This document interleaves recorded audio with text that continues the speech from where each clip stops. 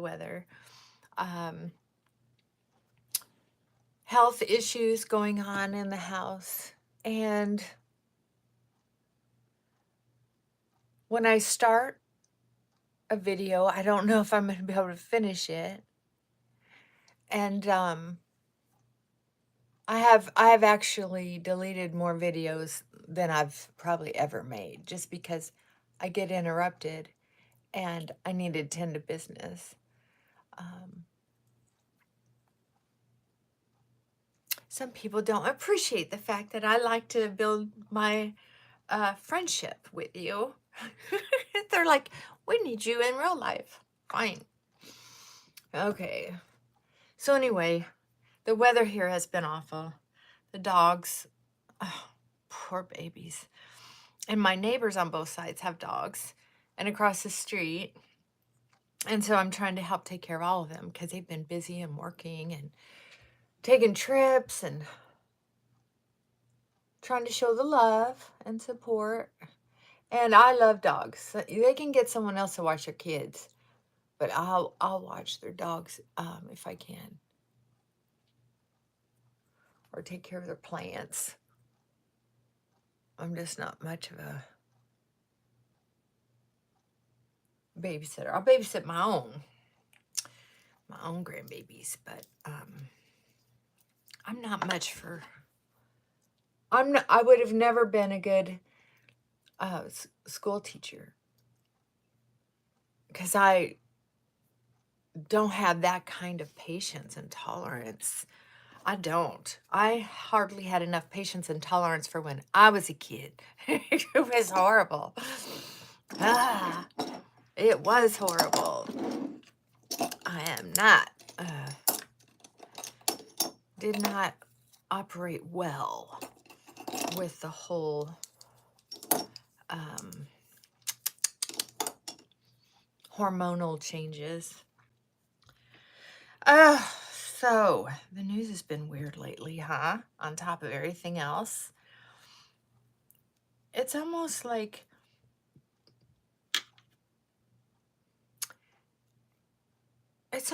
being in a relationship with a person, and a lot of you can relate to this because it's pretty common, is being in a relationship with someone who wants to still have their cake and eat it too. They want the stability of being with a good person, but they also want to be able to have fun.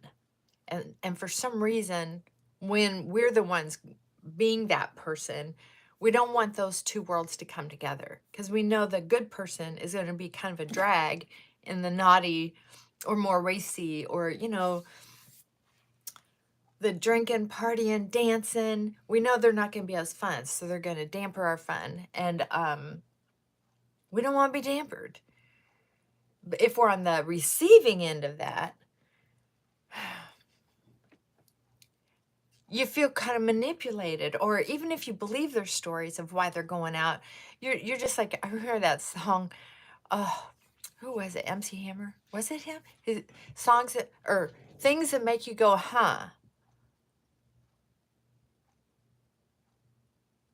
Or something. Songs that make, or things that make you go, huh?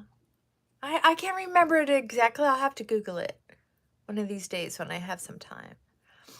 But I feel like that's what the news is doing to me these days. It's like they're trying to get away with having their cake and eat it too. They're trying to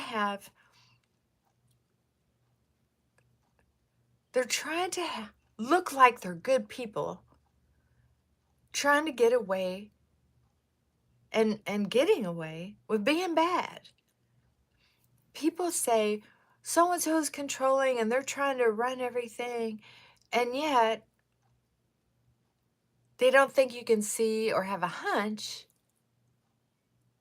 that they're benefiting from their power.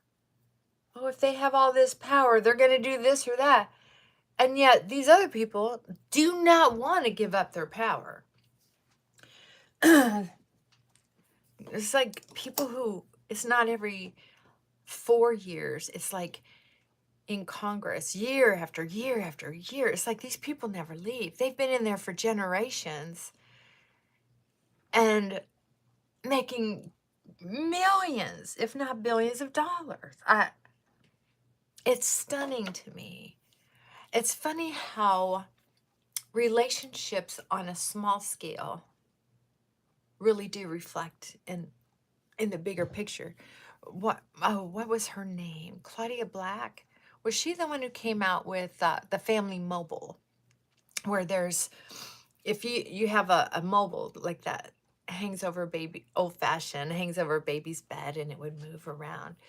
And if you cut one of them, it gets all out of whack. So the family tries to restabilize quickly because of chaos, or there's, it's if you can't figure that out and find some balance.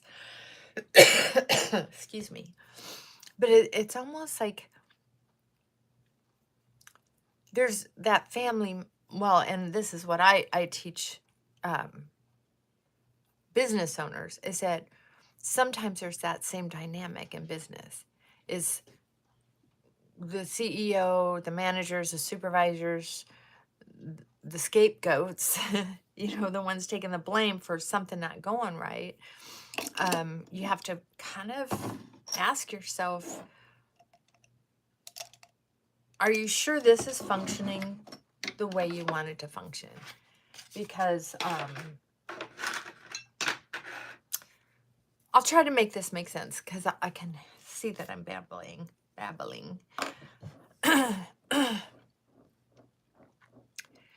If people know their position and they take responsibility for their position, and they don't get carried away with power, and they don't try to do other people's jobs, but they're able to support other people's jobs, I feel like in some families, and even the government of towns, states, and the country, and now it seems like this world alliance, it just seems like people are trying to take over other people's positions or humiliate, put other people down, so that it's almost like the bait and switch. Going back to couples, one going out to party and one being at home confused. It's putting it together is like, if I can pick a fight with you, I'll feel justified in going out and messing around. So I feel like there are some people picking fights so they can be justified into poor behavior, right? I think a lot of the questions and arguments to justify the fights, some of them kind of make sense. So you're going, oh my God, I don't know which side I'm on. Am I right or am I wrong? Or maybe I'll just stay out of it. Or some people, when the family mobile's off, they'll jump into the fight simply because they're trying to stabilize all of these emotions. They just want the fighting to stop. So they're going to start saying things that don't even, yes, yes. Yes, if we grew up in a family that didn't have good family structure, stabilization, if something went wrong, how quickly and efficiently can we restabilize? If you have family trauma, one incident or lots of little ones, we don't know by instinct, by training, how to put that, to find equalization. Thank you for bringing that up. But matter of fact, we'll just steer that way too. That's a great segue. Is if we're picking fights and we know it, whether it's family trauma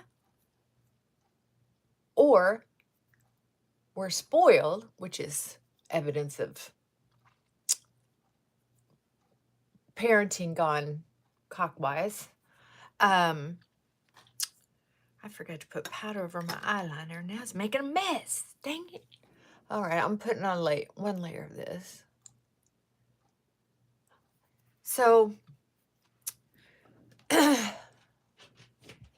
I've had my own trauma, and I work with trauma clients that have had trauma.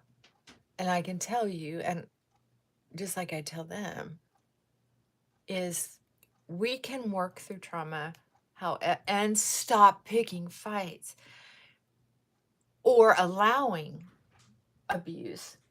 But the problem with that is, with the narrow pathways set up the way they are, it takes long, hard, committed work. And your brain will say that you're in a lot of pain simply trying to keep your mouth shut. Or it'll tell you, like an addiction to heroin or alcohol, it'll say, I'm justified in feeling this way. I must be heard. I cannot bite my tongue and not be humiliated. Trauma works in the neural pathways in a way that will lie to us.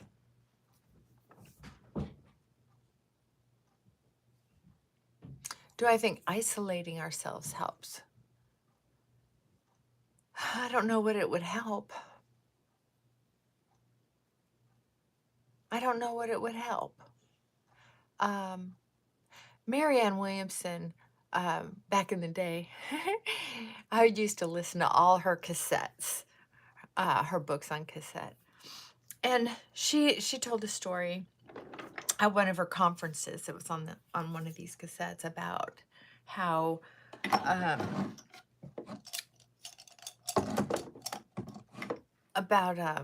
a lady who was going through lots of emotional heartbreak through a breakup. And instead of getting out there and experimenting and challenging herself, once she started, getting through the mourning cycle, grieving the relationship, instead she isolated for a year and thinking, okay, I'm going to be a good girl for a year and then I'll start fresh and go out there. And she said, well, basically, as soon as she walked out her door, she got hit by a cab.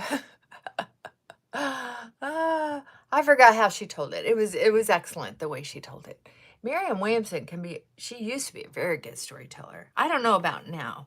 I think I haven't really listened to her enough. I know she's, made a bid for running for president a couple times, but I really think it would be great if she ran for other offices as well to try to be part of the solution instead of just aiming for president. I don't know. That's my opinion. Anyway, back to isolating. Isolation can help us restabilize, kind of like meditation throughout the day. Just the 20-second, 17 seconds is what some studies say. Just quietness. And I think anytime we have been mourning or grieving a broken relationship or trauma, sometimes that downtime we can get is life-changing. Life-changing. So I don't know that I would call it isolation, which it is, but it's more of a healing time. It's like if you keep hitting your arm in the same place over and over again, it's gonna hurt. So when you spend some time by yourself, whether it's simply quiet meditation, just a few seconds throughout the day, it gives all the cells in our body and our brain, our heart, a chance to just calm the hell down, right? We get a chance to heal before we're re-injured again. And the problem with trauma is, especially as a child, is it's hard to convince that brain, once it starts saying, okay, I am committed this time. This time I'm committed to growing and healing. It's hard to tell ourselves, because the heart wants what the heart wants. whether it's to show off and be angry and pick fights, it just seems like a survival. I got to, or I'm going to die. That's what it feels like. Or to get in yet another relationship where we're going to be abused.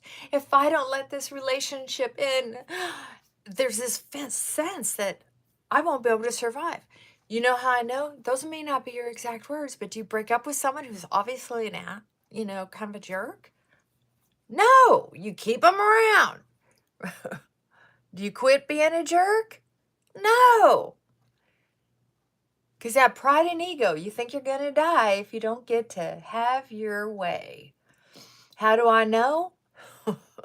Please, don't ask me to testify.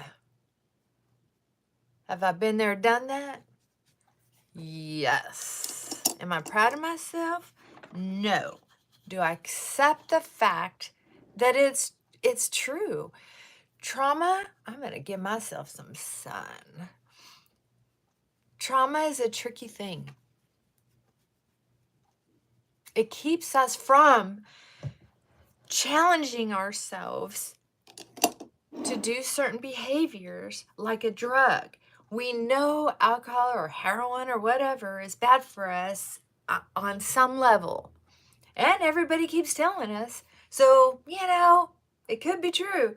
However, the brain says, screw them, screw the world, screw my job, screw my children, on and on and on and on, until they're homeless and the drug is saying, yeah, this is freedom. It's like, holy cow, the neural pathways in the brain for anger, rage, the right to have trauma work the same way in the neural pathways. It's true. It's true. Matter of fact, a lot of people may have healed from the trauma through therapy, but it takes longer for them to heal from the ego and the pride and the right to be angry. If someone's serious about sobriety, Alcoholics Anonymous usually works, especially if you've had trauma. Well, I know studies say 10% or less recover in AA, but that's because many people who come to AA, just like anywhere else, they're not ready. They're not ready to change. And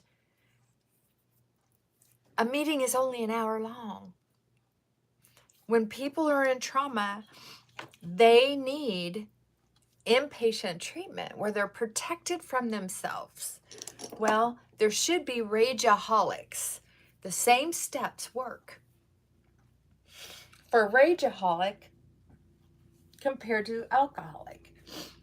Alcohol is a drug, or any drug. Look how I love this eyeshadow so far. We'll see how it works. My nose is itching so bad. I'm gonna have to get another allergy pill. So I really appreciate your input. Yeah.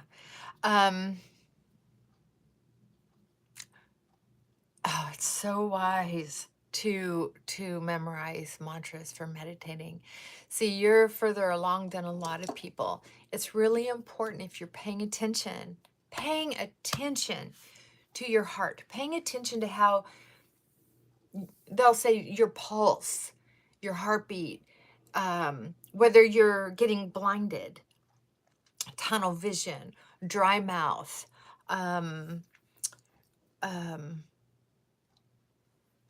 so many things, just being aware of your body. Matter of fact, when I started working on my trauma, it took me a long time. Dang, I don't even remember how long before, because I had a therapist who, what did they say? It wasn't that I was autistic. It was something else. It was because I could be in a decent mood and go out to eat, be treated special, go to a concert, whatever. But there would be so many people around and so much noise that at some point I just wanted to escape. I just wanted to get out of there. Well, turns out this is not talked about enough, but people who have been traumatized by little bits and pieces as a child, what happens is, especially if then at the same time, some of us get the yelling and screaming and mixed messages. So what's happening is now we're overwhelmed with choices. We're overwhelmed with just overstimulated, right? Just overstimulated. You too? Yeah.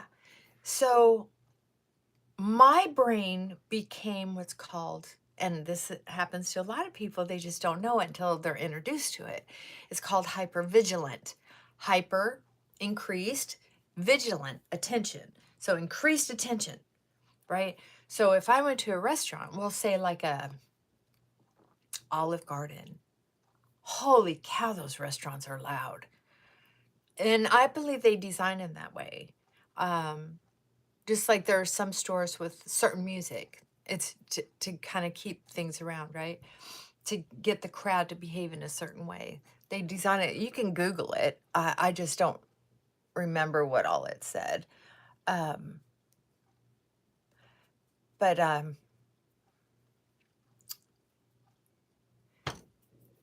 so I could actually hear, if I focused, I could actually hear a conversation over there. I could listen to several conversations at a time. But the one I'm supposed to be in, I would just be nodding and smiling because they were saying things that I pretty much knew what they were going to say anyway. So that just looked rude. And if I tried to pay attention to this conversation, it was really stressful because a part of me was like, what am I missing out in these other conversations? I want to make sure everybody's under control. I want to make sure nobody's going to act out. I want to make sure nobody's hurt. Because my MO as a child, and with my personality type, I'm supposed to be taking care of business. I'm supposed to be making sure everybody's okay, or else, right? So then if the lighting is intense or too dark, then there's all of that stress of being overstimulated because there's something wrong with that. And if I'm touching, there's so many people around and I'm smelling their breath and smelling 6 different perfumes within 10 feet or at the same time. So being overstimulated is something important to be conscious of if you've had childhood trauma. You have to be able to say, how am I? Like, you may not be overstimulated in the same way I am, but other people, I mean, we all just need to be aware of what's going on with us. Pay attention, being committed, capital C. A lot of people who've come from trauma don't know certain words like loyalty, because we know loyalty is a lie. You know, if you've had family trauma, whatever your trauma is, you have to get to know that pocket of trauma and what the possibilities are that you can choose from to say, wow, I relate to that. So that's what I'm going to work on. I'm very familiar with different types of trauma. The one I like to talk about the most is family trauma. The little bits and pieces constantly. And then there's the big one that happens ever so often, or big, big, big, little, little, little, big, little, little, little, little, big. So it's capital T, little t. So if you add all those up, that's chronic childhood complex PTSD, however, right? Complex because then there's not just family trauma, but then there might be military trauma on top of it, employment trauma, workplace trauma, domestic violence trauma. There could be, so that's what makes it complicated, which means if you don't make a commitment, capital C, capital C, I'm being silly. but it's no joke. Commitment is something children of dysfunction aren't really taught. Not true loyalty, not true commitment, not true goal setting, not true protection. How is a child from a dysfunctional family taught to protect themselves, honor themselves, have self-respect, have morals and ethical standards that are at least community acceptable versus, yeah, family trauma. Yeah. You know, if you're not taught certain things, you don't know how to do certain things for yourself. That's what parents are supposed to do. Parents are supposed to be able to teach you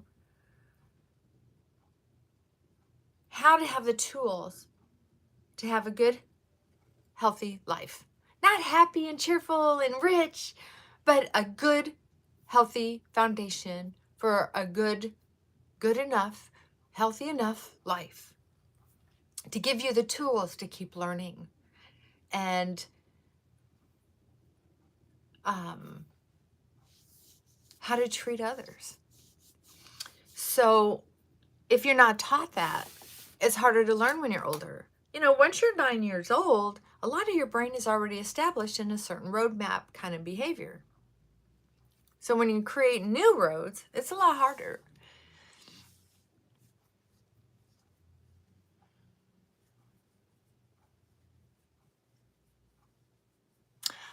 You know, that's interesting. There's some belief. I worked with a guy who, he was talking about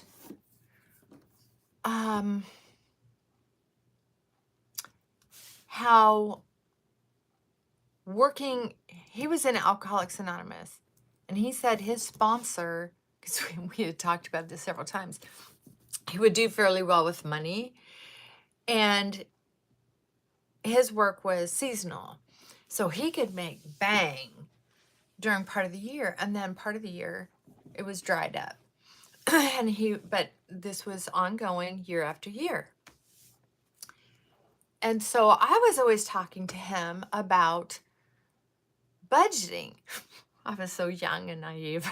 I thought, well, to me, it made sense to say, let's work on budgeting. You don't have to spend all your money during the plush times and then starve during the slim times. You can budget and have enough, or get a secondary job.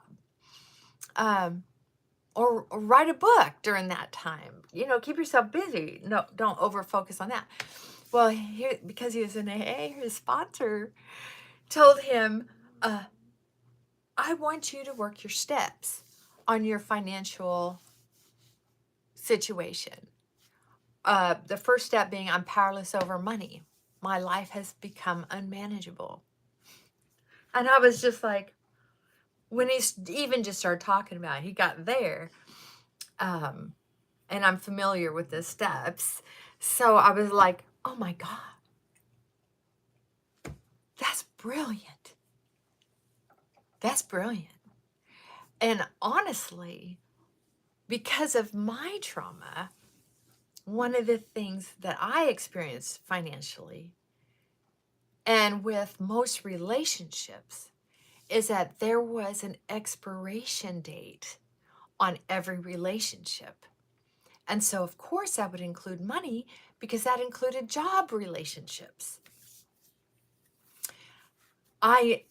As a child, I didn't live in a certain place. I don't think for years, longer than 3 or 4 months. That's a true story. If I lived somewhere a whole year, I don't know which location that would have been. I was probably under 20 when I went to apply for a job, and the security clearance said they needed to have all of my past addresses. And so I wrote those addresses down, and I had pages. And so a friend of mine said, this probably isn't going to be a job you're going to get until you can cross some other T's and dot some other I's. You need more assets than that. And then we also need to decide which addresses are really going to be searchable, that kind of thing. I was so young and naive. It is interesting. So once you realize that there's a pattern, weirdly, like when I realized there was a pattern with how long my relationships lasted, it was like, wow, that is so weird. I started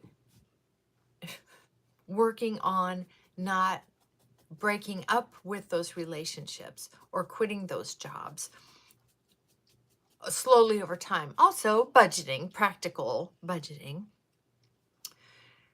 But it was a long process. For me to work up to the level of 2.5 years was a very big deal for me. So that most of my relationships lasted 2.5 years for a long time. I went from 4 months, 3 or 4 months, to 2.5 years. Now, that doesn't mean all the relationships got wonderful, but I learned a lot from each one. And I think one of the biggest lies we can tell people who are recovering from trauma, especially childhood trauma, is that, well, once you get to a point, oh, it's going to be great. You're going to be healed. One of the things is you may not have PTSD anymore, but I can tell you the addiction to pride and anger, whether it's outward or inward, if that forked tongue goes outward or the forked tongue goes inward, addiction to that isn't trauma. It is commitment phobia.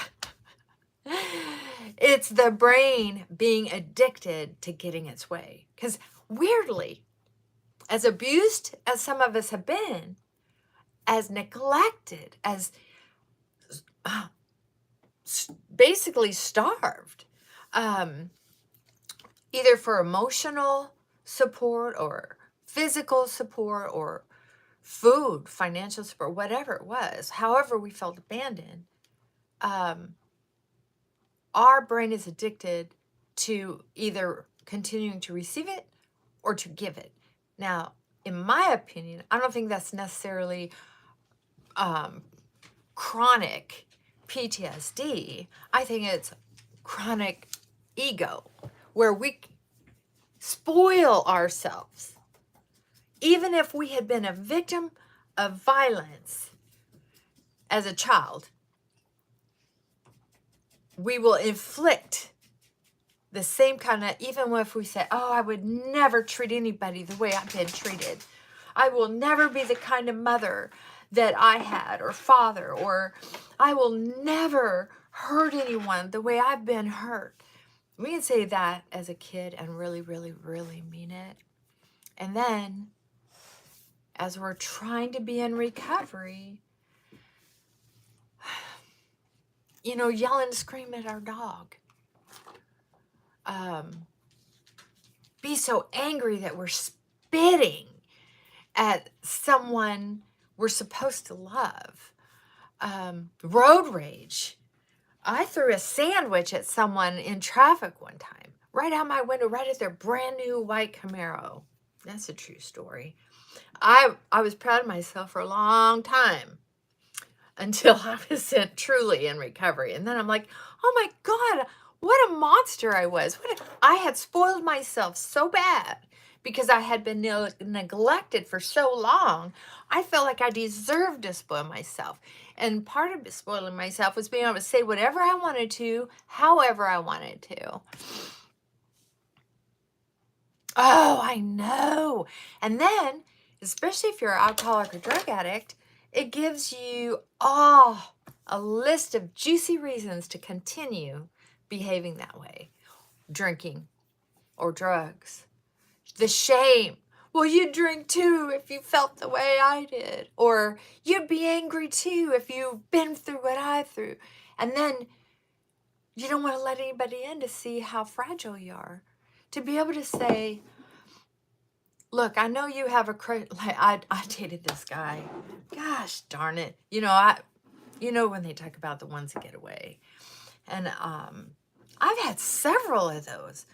But with my trauma, the nicer the person was, the less sexy they were to me. It was like, okay, they could be brothers. I'd want them as family, but they wanted me as a wife.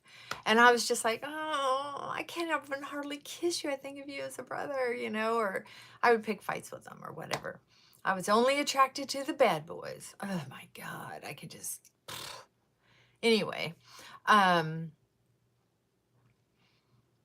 found myself when I'd go to push people away, I would act like my mom, the forked tongue, the nasty behavior. But instead of telling someone that would have been good for me, look, I want to change. I just don't know how. And I know I'm going to mistreat you if we stay together. But I guess if we go to a therapist twice a week, we could work on my childish response to life. But, instead, I chase them off. Yep. Yep, it gets really hard. Well, I'm sorry you've gone through that. So how are you doing these days? What's your biggest challenge? What's your biggest challenge these days? Devon? Devon? I wish I could hear your voice so you could tell me how to pronounce your name. Yeah?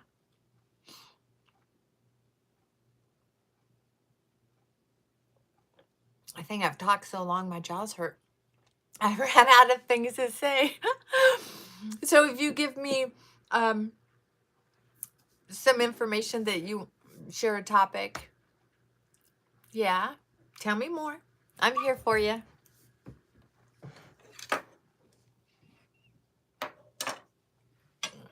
Okay, so there's this girl. You broke up with her. She was really nice.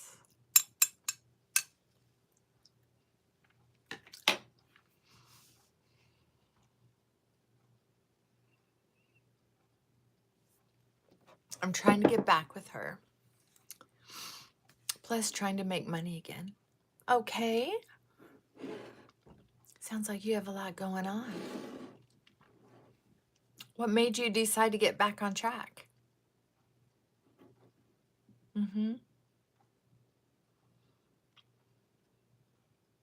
Well, here's the thing about working the steps on money is, and that might be something you might want to experiment, because when you say, I made a good fortune, but somehow lost it, as if it's a mystery.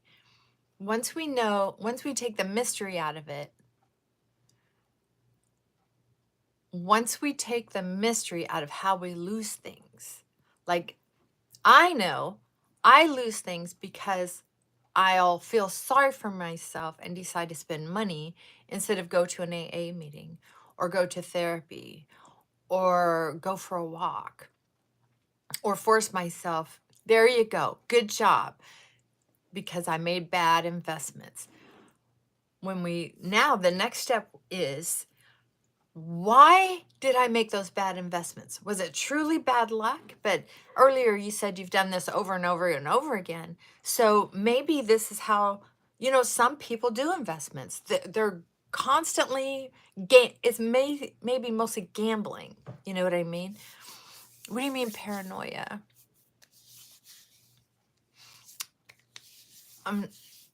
With the girl, bad investments, I'm open a trading position, get panicked too easy. Oh. Well, I could see that. I'm going to tell you,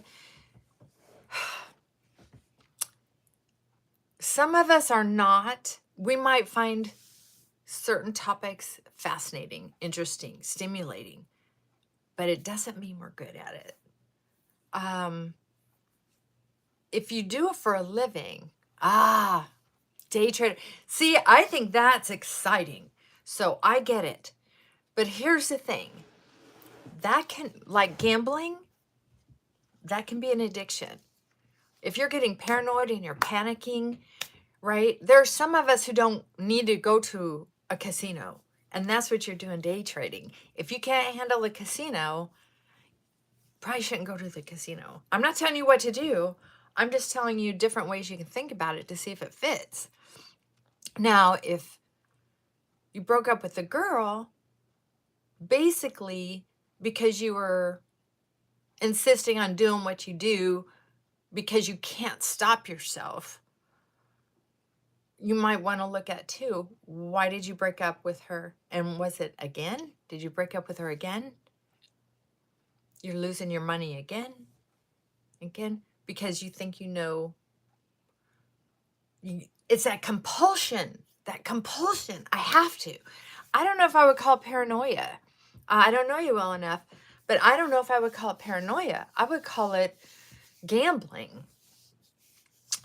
Like, think about it. If you're playing cards, you're afraid if you don't play that one last card. If I'm going to play that one last card, I'm going to take one more card. It can be a compulsion instead of thinking, wait a minute, there's already this many cards out there.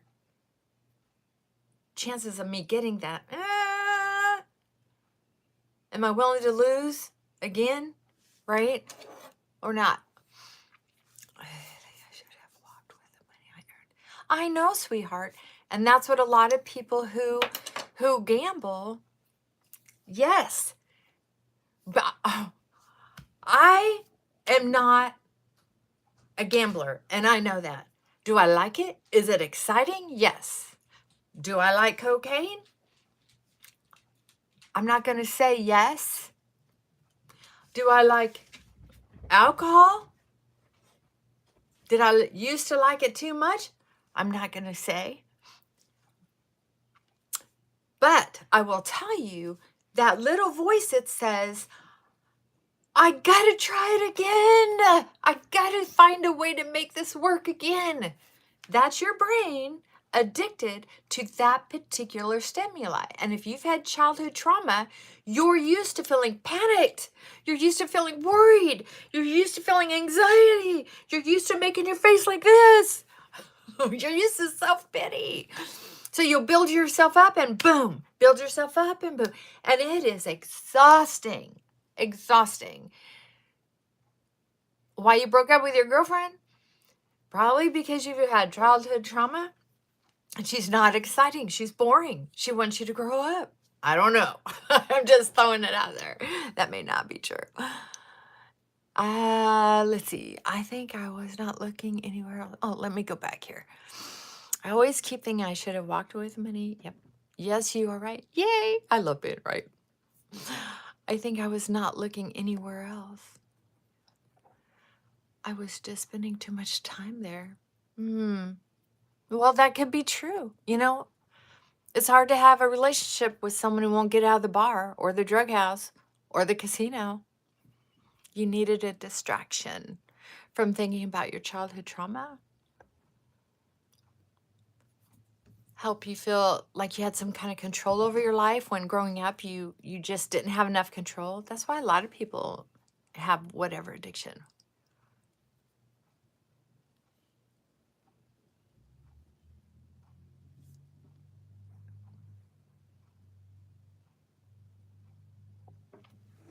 Oh, okay.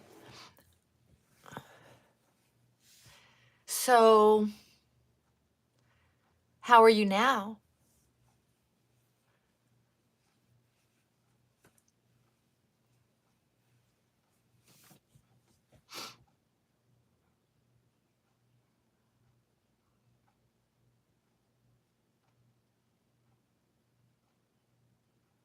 And what did that amount of money have to do with it?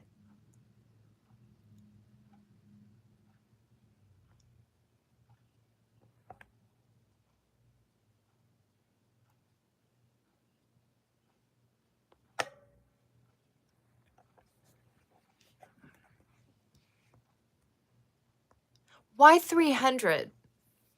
What was wrong with the 100? Why 300? Why was that number big in your head?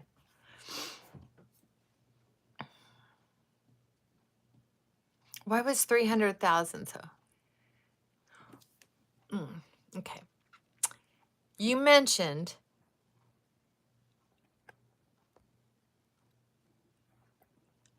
you made it to 100,000. Then you lost it all. But oh, okay. Thank you. Aw.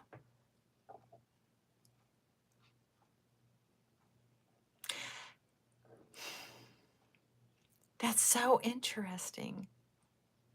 You know,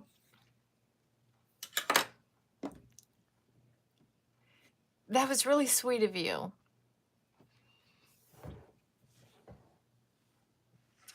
On one hand. I'll bet it is. It's a big amount. If anybody's really frugal, really frugal and smart, they could use that money well and have a part-time job or even a full-time job that isn't very hard to do. So I'm not sure what country you're in. Also, I didn't.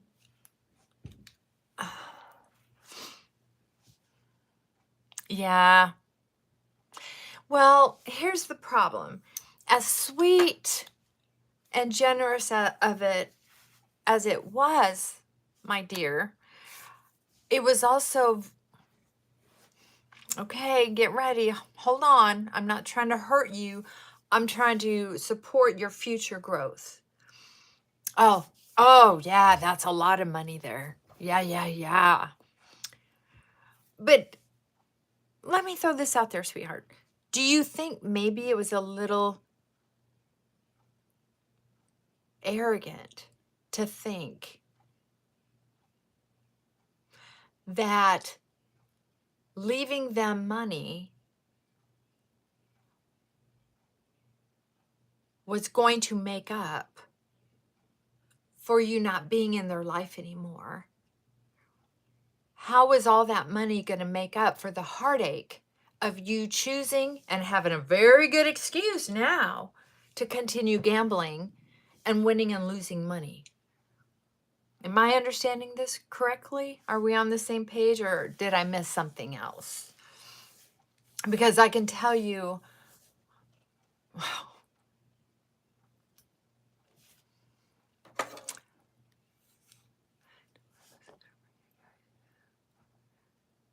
mm,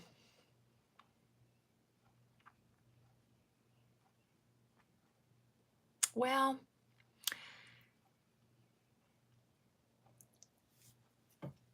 then why do you think she left? We can rationalize our behavior all we want, and it can sound, you're rationalizing how you went about all of this can make sense to someone else who's had a lot of self-pity, a lot of self-doubt, a lot of shame for how I've treated other people. But there's a funny, weird thing that a lot of people on this planet have, and that's a heart. And they don't care if someone else is better than me. They love me. They want me. Hot mess and all. But I couldn't accept that. I couldn't accept that all I had to do was work really hard at making myself worthy for them in their eyes, not my eyes. I didn't have to be perfect for them. Oh, I messed up so many good relationships thinking I was so terrible, or I had to be so good. And all they wanted was something somewhere in the middle. They just wanted me to quit being a hot mess and all this drama, all this self-pity, all this arrogance, and didn't need me to be perfect. They just wanted me to participate. Right? Does that make sense?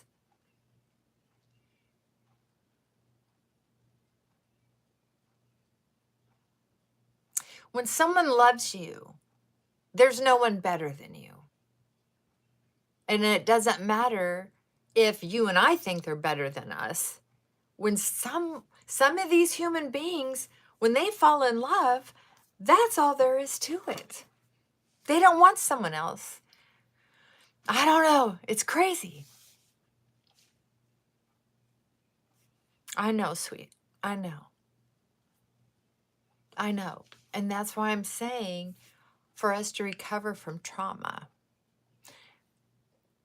um, you may need a counselor who can personally talk to you about some of these things at length and consistently to help you heal from the past, recognize what you had control over and what you didn't, so you know how to forgive yourself or let go of someone else's crazy thinking and start rebuilding a healthy way to think about things, right? And then start recognizing that we're a lot, when we've been through all that trauma, before we start doing our work, our real work, being committed to growing up with or without a childhood, but growing up, right? Instead of like, oh, I'm a pile of shit, I should die. Oh God, what drama, what self-pity. I'm telling you the truth. Not your truth, my truth. And a lot of people's truth that I've worked with. But once we get the guts to start growing up, those people around us are seeing that and they're really appreciating it. And you can't buy that with money. There are people who would rather be poor and content instead of rich and entertained with all that money and activity and this and clothes and that. Yeah, 300 grand, that's a lot of entertainment in India. Yeah. But even in India or anywhere else, if you have a heart and you love someone, you're attracted to someone. Oh, makes my mouth water. You don't need all that crap. You live in a car down the road. It took me a long time to figure that out. It's not about the looking good, smelling good, right? It's about being good. Being good. That means showing up. Just show up, right? Over and over again. And keep trying. If your mouth keeps running and hurting somebody, you go, wait a minute, I'm sorry. Wait a minute, I'm sorry. I didn't mean to say that. Let me start over, right? Yeah, I'm sorry about your dad. I get it. Oh, and do as I say, not as I do. That's even worse when they're a perfectionist and they're a pile of crapola for the most part. I mean, no offense to anybody's parents. I'm talking about mine, and I'm not trying to hurt their feelings. I'm just saying, hot mess, hot mess, hot mess. Love them, forgive them, but yeah. Well, hon, I have to go because, for a change, it is a beautiful day out. Aw, I hope so. I'm really glad we got to exchange and really, oh, that's great. I'm so glad. Oh, you made my day. Thank you so much. I'm so glad you're here. Are you in India now or are you in a different country?